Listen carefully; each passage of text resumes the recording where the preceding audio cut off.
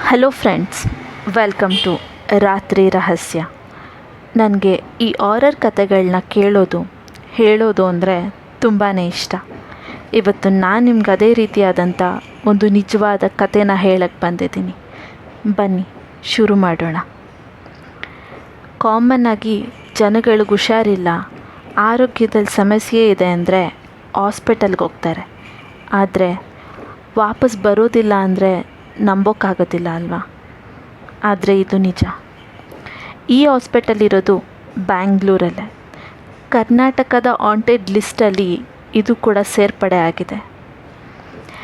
ಇದರ ಇತಿಹಾಸ ತಿಳ್ಕೊಳ್ಬೇಕಂದ್ರೆ ಇದನ್ನು ಕಟ್ಟಿದ್ದು 1890ಯಲ್ಲಿ.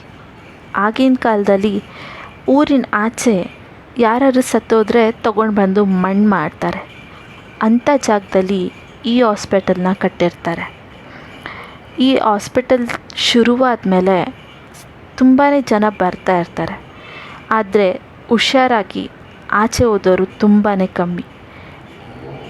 ಇಲ್ಲಿ ಹುಷಾರಿಲ್ಲ, ಆರೋಗ್ಯದಲ್ಲಿ ಸಮಸ್ಯೆ ಇದೆ ಅಂತ ಬಂದವ್ರಿಗೆ ಇನ್ನೂ ಕೂಡ ಮಾರ್ಕೆಟಿಗೆ ಬರದೇ ಇರೋವಂಥ ಮೆಡಿಸಿನ್ಸ್, ಅಂದರೆ ಇನ್ನೂ ಕೂಡ ಟೆಸ್ಟ್ ಆಗದೇ ಇರೋವಂಥ ಮೆಡಿಸಿನ್ಸ್ನ ಇಲ್ಲಿಗೆ ಬಂದಿರೋ ತಲೆನೋವು, ಕಾಲು ನೋವು, ಮೈಕೈ ನೋವು ಅನ್ನೋ ಪೇಷಂಟ್ಸ್ಗಳ ಮೇಲೆಲ್ಲ ಯಾವುದೋ ಒಂದು ಕಾರಣ ಕೊಟ್ಟು ಟೆಸ್ಟ್ ಮಾಡ್ತಾಯಿದ್ರು.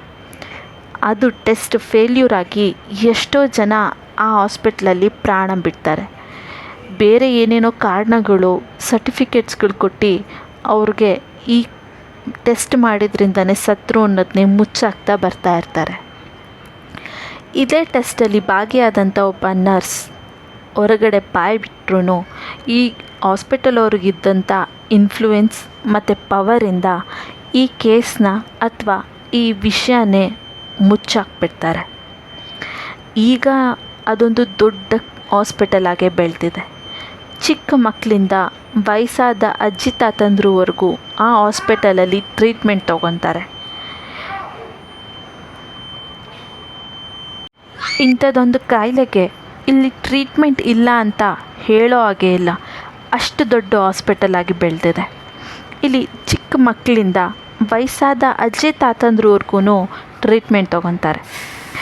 ಈಗಿರಬೇಕಾದ್ರೆ ರೀಸೆಂಟಾಗೇ ನಡೆದಂಥ ಒಂದು ನಿಜವಾದ ಕಥೆನ ಹೇಳ್ತೀನಿ ಬನ್ನಿ.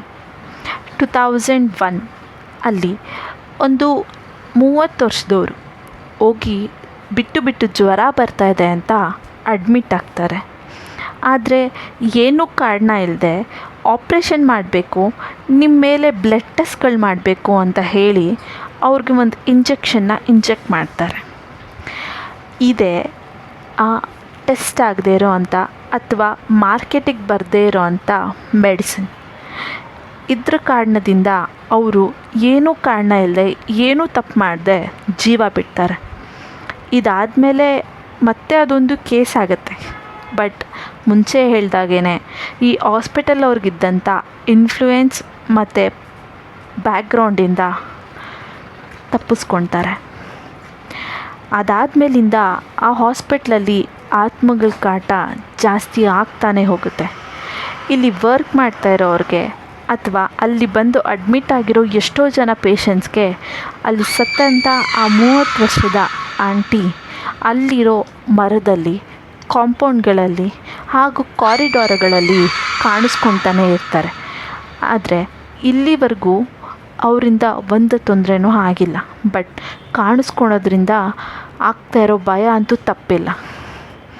ಅದೇ ರೀತಿ ಈ ಹಾಸ್ಪಿಟ್ಲಲ್ಲಿ ಇನ್ನೊಂದು ಹಳೆಯ ದೆವ್ವ ಇದೆ. ನಿಮಗೆ ತಮಾಷೆ ಅನ್ನಿಸ್ಬೋದು, ಆದರೆ ನಿಜ. ಇದು ಈ ಹಾಸ್ಪಿಟಲ್ನ ಕಟ್ಟಿದಾಗಿಂದ ಇದೆ ಅಂತ ಹೇಳ್ತಾರೆ. ಅದೇ ಊಟದ ದೆವ್ವ. ಈ ದೆವ್ವ ಯಾರಿಗೂ ಯಾವುದೇ ರೀತಿ ತೊಂದರೆ ಕೊಡೋದಿಲ್ಲ. ಆದರೆ ಯಾರೇ ಪಾರ್ಸೆಲ್ ಅಥವಾ ಊಟ ತಂದಿದ್ರೂ ಆ ಊಟ ಮಾತ್ರ ಸಿಗೋದಿಲ್ಲ.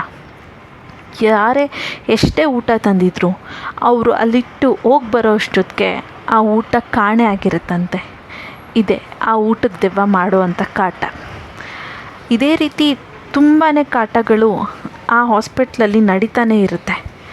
ಅದರಲ್ಲಿ ನಾನಿವತ್ತು ನಿಮಗೆ 2 ಹೇಳಿದ್ದೀನಿ. ಇದು ಬೆಂಗಳೂರಲ್ಲಿರುವಂಥ ಒಂದು ಹಾಂಟೆಡ್ ಹಾಸ್ಪಿಟಲ್ ಕತೆ. ಇದೇ ರೀತಿ ನಿಮಗೆ ಯಾವ್ದಾದ್ರು ಎಕ್ಸ್ಪೀರಿಯನ್ಸ್ ಆಗಿ ನಿಮಗೂ ಶೇರ್ ಮಾಡೋಕ್ಕೆ ಇಂಟ್ರೆಸ್ಟ್ ಇದ್ದರೆ ಕಮೆಂಟ್ ಬಾಕ್ಸಲ್ಲಿ ಕಮೆಂಟ್ ಮಾಡಿ, ಅಥವಾ ನನ್ನ ಡಿಸ್ಕ್ರಿಪ್ಷನಲ್ಲಿ ನನ್ನ ಇಮೇಲ್ನ ಮೆನ್ಷನ್ ಮಾಡಿರ್ತೀನಿ, ಅಲ್ಲಿ ಇಮೇಲ್ ಮಾಡ್ಬೋದು.